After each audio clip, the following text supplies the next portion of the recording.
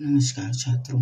आज हम विश्व इतिहास की एक महत्वपूर्ण घटना के बारे में आपको बताने जा रहे हैं और वो घटना ऐसी है कि जिसने अनेक घटनाओं को, वैश्विक घटनाओं को प्रोत्साहित किया और आज भी उनकी घटनाओं के अवशेष हम विश्व में हर जगह देखे जा सकते हैं। उसने विश्व के अनेक देशों को न केवल प्रेरित किया बल्कि वैसी ही संस्थाओं की स्थापना अनेक देशों में भी होती है। तो आप समझ गए होंगे कि हम किस विश्व घटना के बारे में बात करने जा रहे हैं। ये घटना है विश्व के एक अग्रणी देश जो कि आज भी अग्रणी है, उसी के बारे में ये घटना है अमेरिका की क्रांति के बारे में। अमेरिका की क्रांति विश्व की अन्य अनेक घटनाओं को आगे अग्रसर करती है और प्रेरित करती है। इसी को हम देखेंगे। अमेरिका जिसकी खोज कोलंबस के द्वारा कही जाती है। कोलंबस खुद भारत की खोज करने निकला था, लेकिन वो एक नई दुनिया अमेरिका में पहुंच जाता है और लेकिन वो यह नहीं समझ पाता है अपने जीवन काल में कि उसने एक नए देश की खोज की है। उसके बाद इटली का एक यात्री अमेरिगो वेस्पुची जो अमेरिका की भूमि पर पहुंचता है और अपने शोध पत्र द्वारा ये सिद्ध कर देता है कि ये भारत नहीं एक नया देश ही है। इसी कारण इसके नाम पर इस नए महाद्वीप इसका नाम अमेरिका रखा जाता है।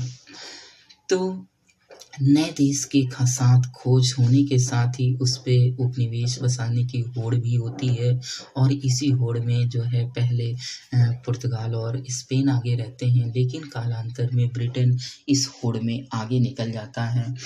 तो इसी में हम देखते हैं कि कैसे ब्रिटेन अमेरिका में अपने उपनिवेश स्थापित करता है और कालांतर में यही उपनिवेश उससे अलग होने के लिए सशस्त्र संघर्ष पर कैसे उतर आते हैं और उनका ये संघर्ष कैसे सफल भी हो जाता है।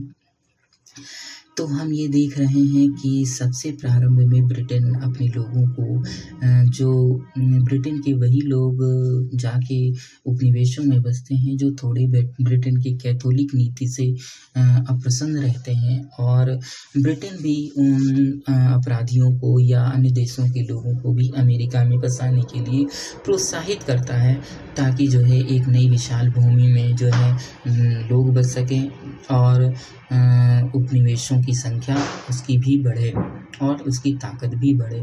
तो इसी क्रम में सबसे पहले अमेरिका में जो है जेम्स टाउन नाम का उपनिवेश बसाया जाता है।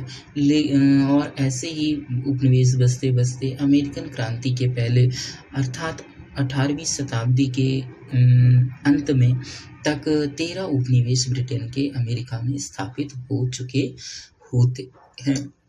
उपनिवेशों के बारे में यह भी कहना होगा कि प्रारंभ में उपनिवेश कहते हैं कि उपनिवेश एक फल की तरह होते हैं कि वो अपने पैतृक देश से तभी तक जुड़े रहते हैं जब तक कि वो स्वयं आत्मनिर्भर ना हो जाए, अर्थात फल की तरह वो पक ना जाए।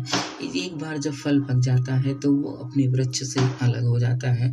वैसे ही उपनिवेशों के संबंध में भी हमें देखने को मिलता है कि जब तक वो पक नहीं जाते, जब तक वो आत्मनिर्भर नहीं हो जाते, तब तक ही वो अपने पैतृक देश से जुड़े रहते हैं।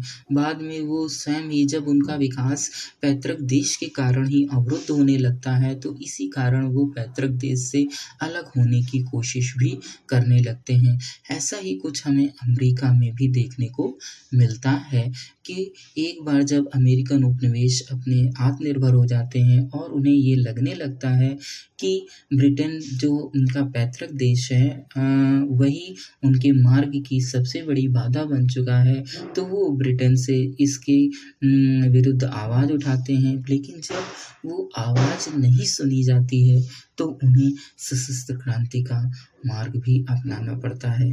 ब्रिटेन जैसे देश के खिलाफ सशस्त्र क्रांति अपनाकर और कालांतर में वो विजित भी हो जाते हैं, इसके भी अनेक पहलू रहते हैं, क्योंकि उन्हें उस समय के जो है अन्य विदेशी सहायता भी प्राप्त हो जाती है।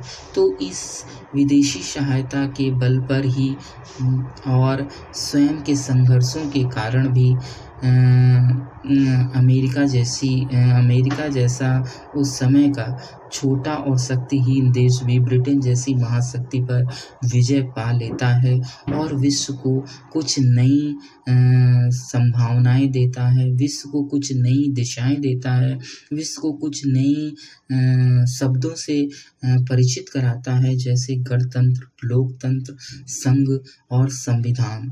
तो इस तरह हम देखते हैं कि नई नई चीज़ें अमेरिकन क्रांति के बाद वैश्विक स्तर पर शुरू होती हैं और अमेरिका एक महाशक्ति के रूप में उभरने के लिए तैयार होता है। ठीक है, धन्यवाद।